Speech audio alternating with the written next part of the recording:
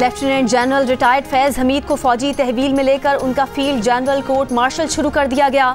ISPR के मुताबिक फैज हमीद के खिलाफ पाकिस्तान आर्मी एक्ट की दफात के तहत मुनासिब इंजबाती कार्रवाई का आगाज कर दिया गया। सुप्रीम कोर्ट के हुक्म पर निजी हाउसिंग सोसाइटी के मामले पर कोर्ट ऑफ इंक्वायरी शुरू की गई। ISPR के मुताबिक फैज हमीद के खिलाफ रिटायरमेंट के बाद पाकिस्तान आर्मी एक्ट की कई खिलाफ वर्जियाँ साबित हो चुकी हैं। और वज़ीर आज़म के मुशीर राना सनाउल्लाह ने लेफ्टिनेंट जनरल रिटायर्ड फैज़ हमीद के खिलाफ इंक्वायरी को गैर मामूली वाक़या करार दिया। कहा, फैज़ हमीद के खिलाफ कुछ चीज़ें साबित हो चुकी होंगी, इसीलिए फ़ौजी तहवील में लिया गया। फैज़ हमीद के खिलाफ निजी हाउसिंग सोसाइटी के मामले पर इंक्वायरी का पता था, लेकिन अंदाज़ा नहीं था ये इकदाम लिया जाएगा। ये इकदाम पाक फ़ौज के एहतराम और इज़्ज़त में संगे मील साबित होगा। सेनेटर फैसल वावडा ने कहा कि ये शुरुआत है, अभी बहुत बड़े बुत गिरने हैं, ये मामला बहुत दूर तक जाएगा।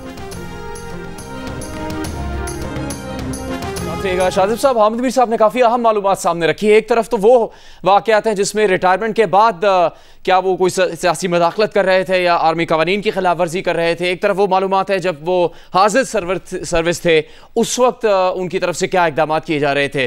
तो आपकी क्या तवक्को है कि मुकम्मल तौर पर इसकी इंक्वायरी हो सकती है या तमाम जो उनके इकदाम हैं उसी की वजह से ये बात यहाँ तक पहुँची कि उनको तहवील में लिया गया और उनके खिलाफ इस हद तक संगीन सतह पर इंक्वायरी की गई है? देखिए, जो बात बता रहे हैं हामिद मीर साहब, और जो 2 साल का दायरा है, अभी 2 साल इनकी रिटायरमेंट को नहीं हुए थे और उस दौरान इन्होंने सारा के सारे काम किए हैं, वो तो जाहिर है अब बहुत सारे सवालात उठा देते हैं। और अब अहम बात यह है कि फिर अगर तहकीकात हो रही हैं और तहकीकात में बहुत सारे सबूत सामने आए हैं और अगर 9 मई के वाकयात से लेकर दीगर वाकयात के हवाले से भी आए हैं, तो क्या वो सिर्फ जनरल फैज हमीद के हवाले से हैं या उनको तहवील में लेने के बाद जनरल फैज हमीद किनके साथ राब्ते में थे उस हवाले से भी होगा, या क्या वो कर रहे थे या क्या प्लान कर रहे थे। अब तो बात कितनी आगे बढ़ सकती है ये देखना पड़ेगा। लॉबिंग करना, आर्मी चीफ बनने के लिए लॉबिंग करना, ओहदे पर होते हुए, वो बातें एक तरफ, मगर दूसरी तरफ अगर ये ओहदे से रिटायर होने के बाद भी, क्योंकि ज़ाहिर है 9 मई के वाक़े को या दीगर वाकयात को फौज तो इस तरीके से लेती है कि जी बगावत की कोशिश की गई थी, तो अगर इस किस्म के कोई सबूत हैं, अगर हैं, तो ये क्या सिर्फ फैज हमीद तक महदूद है या आगे तक जाते हैं, किस किस की इन्वॉल्वमेंट बताते हैं। ये तो बहुत अहम इन्वेस्टिगेशन होगी कि इन सारे के सारे मामलात का पता चले और अवाम के सामने रखा जाए। जनरल फैज हमीद 2017 का वाकया है, जब हम हाउसिंग सोसाइटी की बात करते हैं, कबर मुइज़ का जो इल्जाम है, 2017 में ये खबरें भी आई थी कि उस वक्त इनके इख्तलाफात भी उस वक्त की वजारत दाखिला से हो गए थे। कैसे बगैर बताए रेंजर्स को इस्तेमाल करते हुए आपने एक हाउसिंग सोसाइटी के मालिक के घर पर छापा मारकर चीजें ले ली, अगवा कर लिया, ये सारे के सारे वाकयात कैसे हो गए। मगर उसके बावजूद जनरल फैज हमीद बचते रहे, तरक्कियां पाते रहे, पॉलिटिकल मैनिपुलेशन करते रहे, पॉलिटिकल इन्वॉल्वमेंट करते रहे, लेफ्टिनेंट जनरल बने, DGISI बने, DGISI के ओहदे से हटे तो कोर कमांडर बने। उन्हें जितने आला एजाज थे वो सारे मिलते रहे, हालांकि इल्जामात सामने आते रहे, मगर वो तरक्की करते रहे। अब अगर इल्जामात में एक सुप्रीम कोर्ट को यकीन दहानी जब कराई गई कि वजारत दिफा इस मामले को देखेगी और एक प्रेस रिलीज आई थी कि जिस मामले पर तहकीकात हो रही है पाक फौज की तरफ से, तो एक तो हाउसिंग सोसाइटी का मामला और दूसरा रिटायरमेंट के बाद आर्मी एक्ट की खिलाफ वर्जी का मामला। तो उस खिलाफ वर्जी में सिर्फ फैज हमीद के खिलाफ वर्जियां पाई गई हैं या फिर उनसे मुंसलिक या उनसे इन कॉन्टैक्ट जो लोग थे उनके खिलाफ भी कुछ होगा। ये अब आहिस्ता आहिस्ता देखते हैं कि कुछ तफसीलात सामने आएंगे नहीं। शाहज़ेब खानज़ादा तफसील बता रहे हैं। DGISI के बाद कोर कमांडर पेशावर लगाया गया उन्हें, उसके बाद कोर कमांडर बहावलपुर लगाया गया और उसके बाद ये खबर आई थी 26 नवंबर को कि वो कबल अज़ वक्त रिटायर होने का फैसला कर चुके हैं। फिर उन्होंने कबल अज़ वक्त रिटायरमेंट ले भी ली और हाउसिंग सोसाइटी का मामला अदालत तक पहुँचा, जिसके बाद आज सबसे बड़ी खबर इस वक्त ये है कि लेफ्टिनेंट जनरल रिटायर्ड फैज़ हमीद को आर्मी तहवील में ले लिया गया है और उनके खिलाफ एक संगीन इंक्वायरी की गई है। ये कहा गया है ISPR की तरफ से कि मुनासिब इंजबाती कार्रवाई का आगाज कर दिया गया है। इस वक्त शहजाद इकबाल, हामिद मीर, शाहज़ेब खानज़ादा जियो न्यूज़ की इस नशरियात में मौजूद हैं।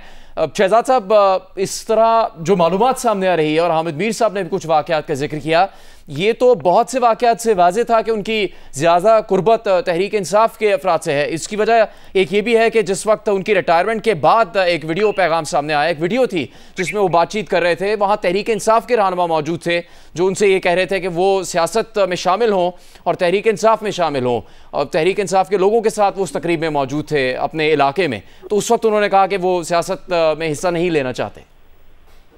जी जुनैद, जब लेफ्टिनेंट रिटायर्ड फैज हमीद जो है अपनी सर्विस में थे, अपने ओहदे पे थे, तो उस वक्त से ही हमें पता है कि उनके कई अमाल ऐसे थे जो कि उनके ओहदे को ना जेब देते थे बल्कि उनके ओहदे की खिलाफ वर्जी थी।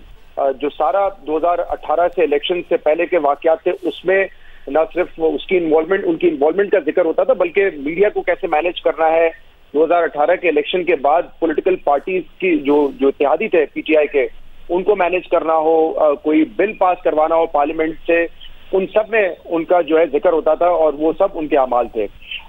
आपने सुना इमरान खान खुद भी जो है अपने ओहदे से फारिग होने के बाद ये बात करते थे कि हमें तो बाकायदा ISI एजेंसीज मदद करती थी जब हमें कुछ मसला होता था इत्तेहादियों की तरफ से, कोई बिल में हमें पता होता था कि हमारे पास नंबर्स पूरे नहीं है। आपने सेनेट में देखा था कि जब वोट ऑफ नो कॉन्फिडेंस आया था तो किस तरीके से उसको डिफीट किया था। पाकिस्तान तहरीक इंसाफ के पास उस वक्त नंबर नहीं थे लेकिन फिर भी उसमें पाकिस्तान तहरीक इंसाफ को कामयाबी हुई। तो उस वक्त हमें पता है, हम मीडिया में थे, हमेशा ये नाम आता था कि एजेंसीज की इन्वॉल्वमेंट है। एजेंसी के सरबराह उस वक्त जो है फैज हमीद साहब थे। लेकिन अभी जो मामला है, जो प्रेस रिलीज आई है, उसमें ऐसा लगता है कि जब वो अपने ओहदे पे थे और जब उसकी वायलेशन कर रहे थे तो उस केस का किसी का जिक्र नहीं है।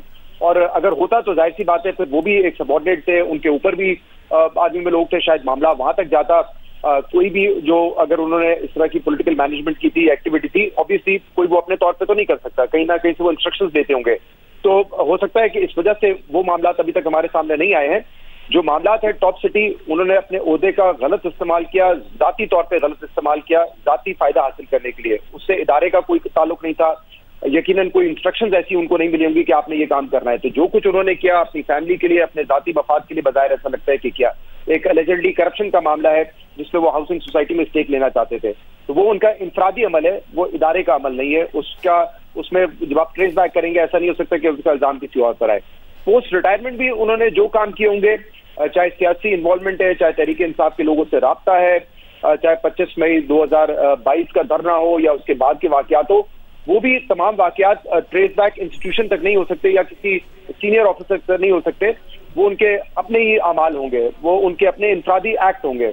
तो इस वक्त जो प्रेस रिलीज है, ऐसा लगता है कि उसमें वही मामलात हैं जो कि डायरेक्टली उनकी जात से इन्वॉल्व हैं, जहां पे उन्होंने अपने ओहदे का गलत इस्तेमाल किया, एलिजिडली करप्शन के लिए किया, और पोस्ट रिटायरमेंट जो उनकी एक्टिविटीज थी उनका जिक्र है। वैसे तो हमें पता है, जैसे अभी मीर साहब ने भी जिक्र किया, शाहिद ने भी जिक्र किया कि जब अपने ओहदे पे थे तब भी ऐसा लगता है बजाय के कई वायलेशन उन्होंने अपने ओहदे की किए हैं, लेकिन उन मामलों का फिलहाल इस प्रेस रिलीज में जिक्र नहीं है।